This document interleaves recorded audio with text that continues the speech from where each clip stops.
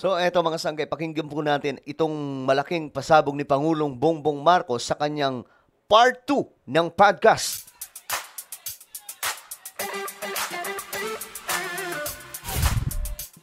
Hello, what's up guys? This is me. I'm back for another vlog today. Kumusta po kayo? At eto nga po mga sanggay, pag-uusapan po natin at panunuorin po natin ngayon ang part 2 ng podcast ni PBBM. Tingnan po natin kung ano po yung kanyang mga pasabog dito, mga sangkay. Nako. Anyway, bago tayo magtuloy-tuloy, sa mga hindi pa po dyan nakakapag-subscribe, tayo po ay 1.57 million subscribers na. Kung gusto mong mapabilang sa maraming mga solid sangkay, makikita nyo po yung subscribe button sa baba ng video na to. I-click nyo lamang po yung subscribe, i-click ang bell, at i-click nyo po yung all. Sa mga nanonood po sa Facebook, i-follow nyo po yung ating Facebook page. Alright, so tingnan po natin ito mga sangkay.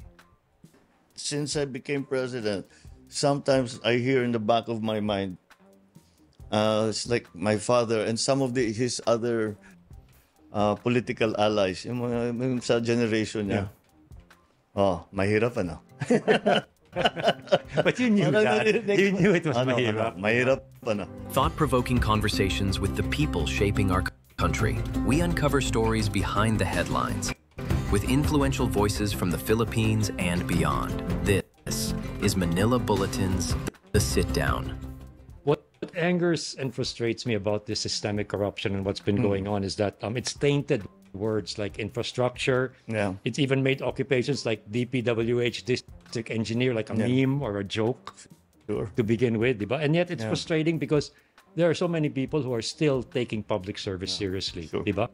Yeah. And for me, I feel it's such a shame that these people have sort of like thrown occupations like that into the gutter. Diba? I'd like you to comment on that. I take your point completely. I have always said there are so many people in government who are very good, who are dedicated, who make sacrifices, who give everything that they can to their service.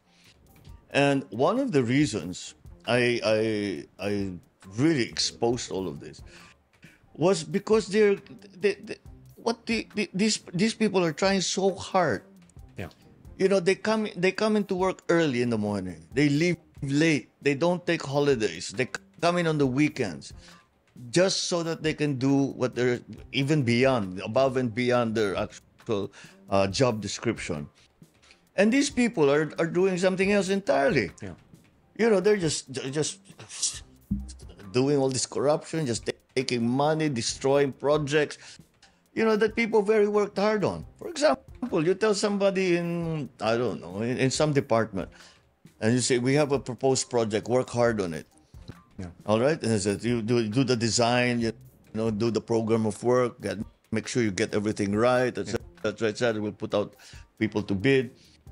And then, after you've gone through all that work, they'll just say, okay, in the failed bid ito lang yung magiging mananalo. Yeah. Ito lang yung kontrakto ng mananalo. Tapos ito, bayaran kita ng ganito. Yeah, tumahimik ka na lang. Oh. You know, of course, everyone needs the money, but most government workers would rather just be able to do their work and actually serve. Yeah. That's why they're there. Government service is not easy. Yeah. We must respect that people are really working very hard and trying their best. You cannot paint everyone in government with the same brush as all of these corrupt operators that you see in government. And yes, there are many, many of them, but you will find they do not filter down. These people are making serious sacrifices, time away from their family, money out of their own pocket, things like that. Yeah. And they do this constantly, every single day. Kung sana ganun lahat ng mga public servant, no? Yung talaga yung word public servant. Kasi yung buhay mo, inaalay mo na sa bayan Remember guys, way back, no? Kung babalikan po natin yung kasaysayan ng Pilipinas, kung paano nagsakripisyo yung mga ninuno natin para po sa kinabukasan ng Pilipinas. Guys, wala naman po silang sahod na kagaya po ng panahon natin ngayon na sandamakmak na mga pasahod na may official talaga na pasahod. Sa kanila noon, walang ganun pero Ganun po sila kadedicated. Yun ang tinatawag na public servant. Public service. They are serving the people without any kapalit. Diba? Ganun dapat mga sangkay eh. Kaya nga lang, ngayon, sa panahon natin ngayon, hindi na talaga matatawag na public servant. Though hindi lahat, yun ang sinasabi ni BBM, hindi po lahat ng mga politiko siraulo at mga magnanakaw. Meron din pong mga matitino. Pero nadadamay po sila sa kalokohan. Kaya nga po sabi ni BBM, in-expose niya ito. Siya po talaga yung wala pong ibang kung mayroon man ditong whistleblower na malupit, si BBM. Siya po ang nag-expose. Siya po yung presidente, pero siya po ang nag-expose na ito. Maliban sa pag-expose, nagpa-imbestiga. Pumunta sa mga, hindi basta-basta expose yung kanyang ginawa eh. Kasi pinuntahan po mismo niya yung mga ghost project. Then nakita po natin, nalula po tayo, na bad trip po tayo, nagalit po tayo, na may mga ganun pala. Na dati, haka-haka lamang po yun. Pero nung nakita na po ng dalawang mga mata natin, oh my goodness, bakit ginanito nila yung bayan natin? That is not the face of government. And these corrupt people are not the face of government. All they are is the face of corruption. Yeah. That's all they are. They are not typical of government. I agree with you on that, yeah. Second to the last question, sir, Mr. President. If you were to conduct your own sit-down, who would you have as your guest? Like this? Yeah. Like just one person? Just one person, yeah. Who would you have as your guest? That you would... I might creep people out, but I have long conversations with my father still. Okay. I mean, I think, what did my dad do? It was a similar situation that I saw my father in. And what did he do? Yes. And if I asked him, Dad, what am I supposed to do? What would he say? Mm. So that's because I'm in government. Yeah. And I'm right. president. Yeah. And he was president. Right. That's a treasure trove of good advice right there. I try to look back and sort of see what you know of what you know of him. Yeah. What would he say?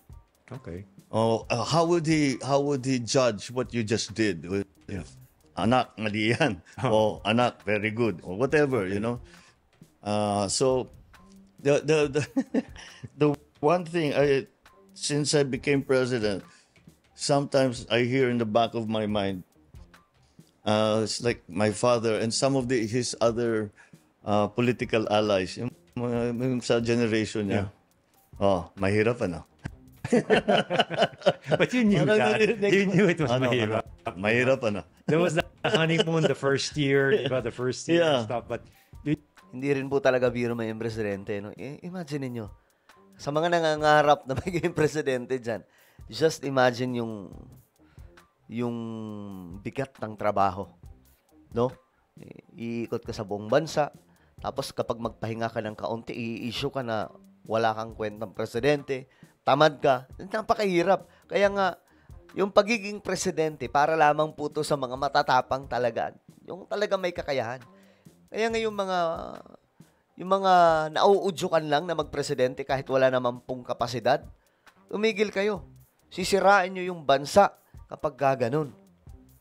Diba? Yung iba dyan, porket maraming supporter, porket nahahype ng mga supporter, tumatakbo na lang. Guys, hindi po biro ang magpatakbo ng isang bansa. Kagaya po ng nangyayari ngayon. Sobrang bigat ng laban ni BBM. Kalaban niya dito, sariling gobyerno, sindikato sa loob ng gobyerno, diba? Tapos may mga proyekto pang kailangan atupagin, pambira. you knew things were gonna get tough. Diba? Well, I have the advantage of having watched my father being president at very, very close quarters. Yeah. So, yes, you know, you have a good idea, but you don't really know until you're there. Yeah. You're more than halfway now through your term. No, and I'm guessing thoughts sometimes of legacy creep in, coming into play in terms of what you're doing. Now that you've poked that hornet's nest of corruption, what are your priorities for the next 3 years, and what do you see as what you would want to be best remembered for? This question of legacy keeps coming out. It's not something that I think about, quite frankly, because legacy is when you die, right? I'm not about to die. Okay. Well, at least that's not my plan. I'll just say what are the directions I want to go towards in the time remaining. First First of all, the social programs are important. People have to have a good healthcare system. People have to have food to eat. Yeah. People have to have shelter as much as possible. People have to have, they must be able to survive. Ganun lang. Just a start there. Once you've achieved that, for me, the next thing you should do is education. So I'm putting a great deal of my attention and the government's focus on education. That is the most important thing that you can do. You cannot have a successful society without a well-educated society. Remember when we were the best English speakers? Yeah. We in Asia, we had the highest literacy rate in Asia. Let's get back there. We need to get back there. And even from science point of view, di ba, IRI, the International Rice Research Institute, di ba? And again, Everyone would come here to... and again, there are so many good people here. They just don't have the means. They don't have the support. They don't have the funding. Yeah. That's what we need to do. We have to make sure that the generations to come are well educated. They're well able to compete amongst themselves in the Philippines and internationally, because kaya naman ng Pilipino yan eh. Yeah. Look how well we do when we go abroad. Yeah. When we're well trained. Look how well how wonderful the reviews that come back to us. Kayang-kaya ng Pilipino yan, but they have to be trained. There has to be a system that brings them up to the standards so they can be internationally competitive in whatever they do. If they enter a business or they compete in the labor market, no, yan ang gusto mong gawin. Halika, dito ka. Tuturuan ka namin. That's what we need to do. We have to have that system there. Okay, so yun po yung ni BBM, no, na sa last 3 years niya, gusto niya lahat ng mga Pilipino or majority sa mga Pilipino maging educated, maging well-educated, no, na kaya makipag-compete sa ibang bansa, sa international, mga sangkay. At ang napansin ko dito, yung lagi po niyang pag-appreciate sa talent at saka sa talino ng isang Pilipino. Okay?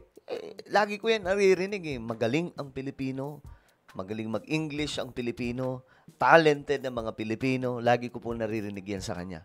Well, yan po mga sangkay ang part 2 ng pasabog ni PBBM dito sa interview sa kanya ng Manila Bulletin. Ano po ang inyong opinion mga sangkay? Kung mayroon po kayong mga questions sa kanya at ano po ang inyong masasabi sa kanyang leadership ngayon, comment down below. Mayroon po tayong YouTube channel, Sangkay Revelation. Hanapin nyo po ito ngayon sa YouTube. Kapag nakita nyo na, i-click nyo po yung subscribe, i-click ang bell, at i-click nyo po yung all. Ako na po ay magpapaalam. Mag-iingat pong lahat. God bless everyone.